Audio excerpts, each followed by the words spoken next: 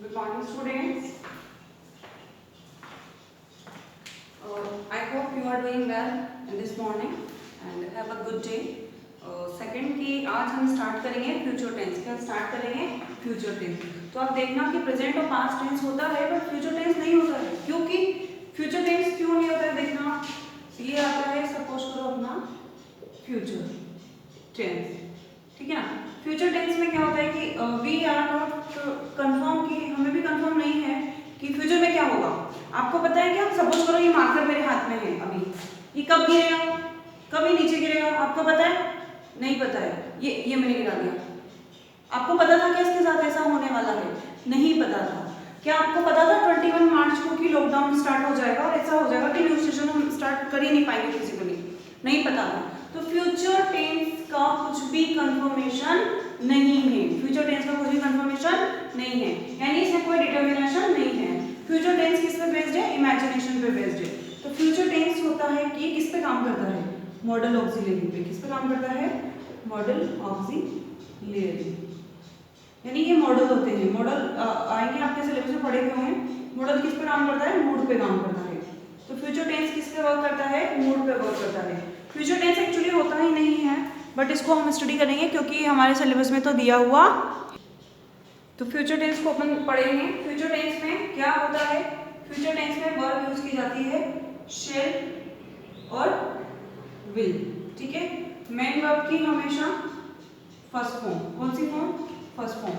कुछ ही टेंस आएंगे जिनमें हम चेंज कर देंगे। तो अब हम स्टार्ट करते हैं। फ्यूचर टेंस हमारा इमेजिनेशन बेस्ड है, कल्पना ही इसमें होती है, ठीक है। इसका कुछ भी कंफर्मेशन नहीं है। फ्यूचर टेंस सबसे पहले हम पढ़ेंगे आज फ्यूचर इंडेफिनिट, इंडेफिनिट या future simple tense. Future indefinite tense या फ्यूचर सिंपल टेंस, ठीक है। तो देखो फ्यूचर इंडेफिनिट टेंस में क्या होता है? फ्यूचर इंडेफिनिट टेंस में हमें एक आइडिया बात आता है फ्यूचर के लिए। क्या इसमें हेल्पिंग वर्ब यूज की जाती है और क्या इसकी मेन बात होती है? देखना, सबसे पहले हम देखेंगे हेल्पिंग वर्ब, ठीक है। उसके बाद मेन वर्ब में क्या आएगा? मेन वर्ब में क्या आएगा? इसमें हम देखेंगे इसको। तो देखो हेल्पिंग वर्ब में क्या आएगा? इसमें शेल, ठीक है, और विल। शेल और विल। मैन वर्ब में मैन वर्ब की कौन सी form?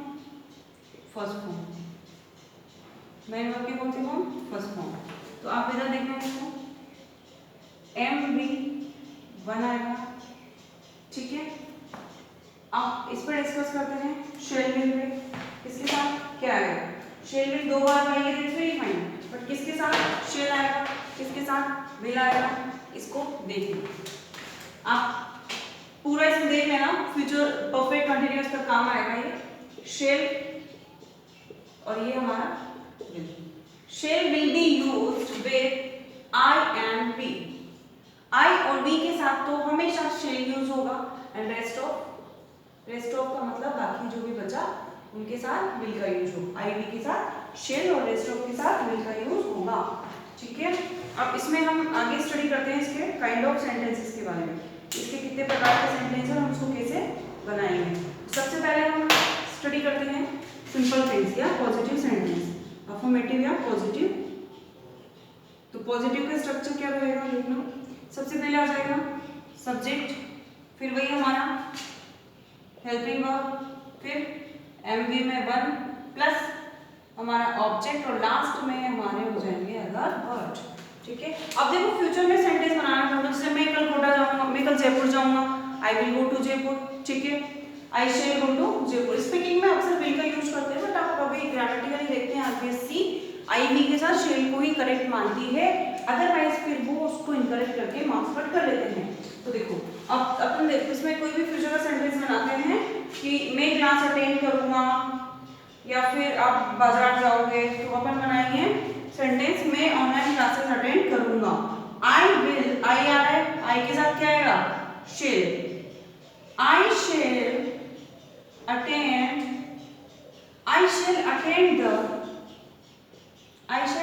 The online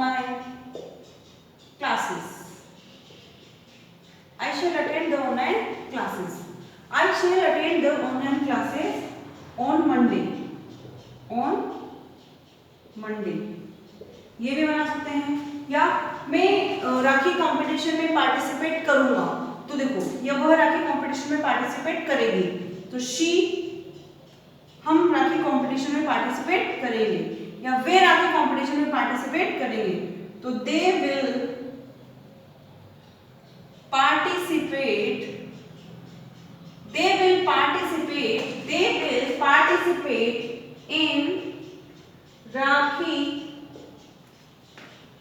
in Rakhi making activity. They will participate in Rakhi making activity. वो राखी मेकिंग एक्टिविटी में पार्टिसिपेट करेंगे, ठीक है। अब इसका बनाएंगे हम नेगेटिव, तो नेगेटिव का स्ट्रक्चर क्या रहेगा देखना। नेगेटिव में हम देखते हैं सबसे पहले हमारा subject as well as plus shall not या फिर shall will plus not plus MV1, ठीक है, प्लस ऑब्जेक्ट और फिर लास्ट में हमारा अदर वर्ब। अब हम इसमें इस वाले सेंटेंस पे वर्क करेंगे, हम इसको ही कंटिन्यू करेंगे। They will participate in rakhi making activity, वो राखी मेकिंग एक्टिविटी में पार्टिसिपेट करेंगे। वे राखी मेकिंग एक्टिविटी में पार्टिसिपेट नहीं करेंगे, या मैं क्लास अटेंड नहीं करूंगा, तो देखो नहीं करेंगे। They will not participate as well as आ जाएगा। They will not participate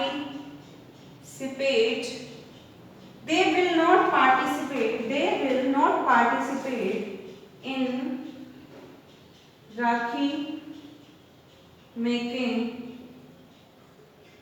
activity. They will not participate in Rakhi making activity. Way rakhi making activity में पार्टिसिपेट नहीं करेंगे। क्या वे राखी मेकिंग एक्टिविटी में पार्टिसिपेट करेंगे, तो इसका बनाएंगे हम इंट्रोगेटिव। कैसे बनेगा देखते हैं। पॉजिटिव में हमने शेल विल लगा दिया था, नेगेटिव में इसके साथ नोट को ऐड कर दिया था। इंट्रोगेटिव में शेल विल को क्या करेंगे, आगे ले लेंगे, इंट्रोगेटिव, ठीक है। तो देखो सबसे पहले हमारा शेल या फिर विल प्लस के जस्ट बाद आ जाएगा सब्जेक्ट MV में 1, ठीक है, प्लस ऑब्जेक्ट और फिर लास्ट में हमारा अदर वर्ड आ जाएगा और इंट्रोगेटिव सिंबल आ जाएगा। इसको कैसे, क्या वे राखी मेकिंग कंपटीशन में या राखी मेकिंग एक्टिविटी में पार्टिसिपेट करेंगे, तो will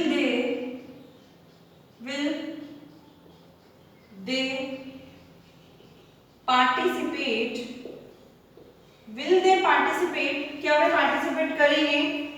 will they participate in rakhi making, will they participate in Rakhi making activity? क्या वे राखी मेकिंग एक्टिविटी में पार्टिसिपेट करेंगे। will they participate in Rakhi making activity? क्या वे राखी मेकिंग एक्टिविटी में पार्टिसिपेट करेंगे। ये हो गया, ठीक है। इसका एक फॉर्मेशन मैं आपको बेसिकली समझा देती हूँ, सिंपल सा देखना आप इसको कैसे बनाते हैं। मैं स्कूल जाऊंगा, देखो मैं स्कूल जाऊंगा, I will go to school. मैं स्कूल नहीं जाऊंगा, I will नोट लगा दो, not go to school. क्या तुम स्कूल जाओगे, तो will you go to school। देखो क्या चेंज आया, सिंपल है, will यहाँ will के साथ हो गया नॉट, और यहाँ पे विल को आगे लेके पीछे इंट्रोगेटिव सिंबल लगा दिया। तो this is the formation of try sentence, तीनों सेंटेंस के लिए फॉर्मेशन है। इसके अलावा इसमें एक चीज और देखेंगे हम कि कुछ वर्ड आते हैं, कुछ आइडेंटिटीज होती है इसकी फ्यूचर टेंस की, जिससे आप आइडेंटिफाई कर सकते हो कि this is the future tense. ये कौन सा टेंस है, फ्यूचर टेंस है।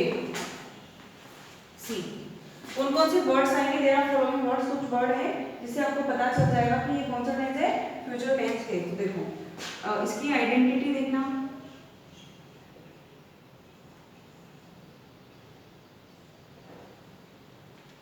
सबसे पहला tomorrow, following day.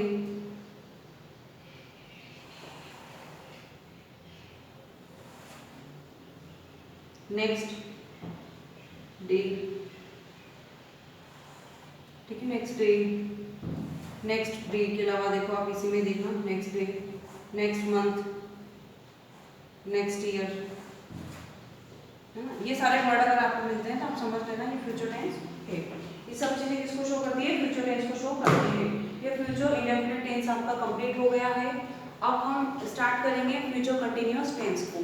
Future continuous tense को कैसे हम स्टडी करेंगे, क्या उसके रूल्स रेगुलेशंस होते हैं, कैसे उसमें सेंटेंस को बनाया जाता है। आपके इस पर टेस्ट भी कंडक्ट होंगे तो प्लीज ध्यान से देखना वीडियोस को। फिर भी कोई डाउट्स आते हैं तो you can ask any time, ठीक है।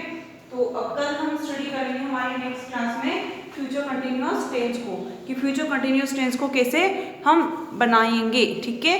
Thank you.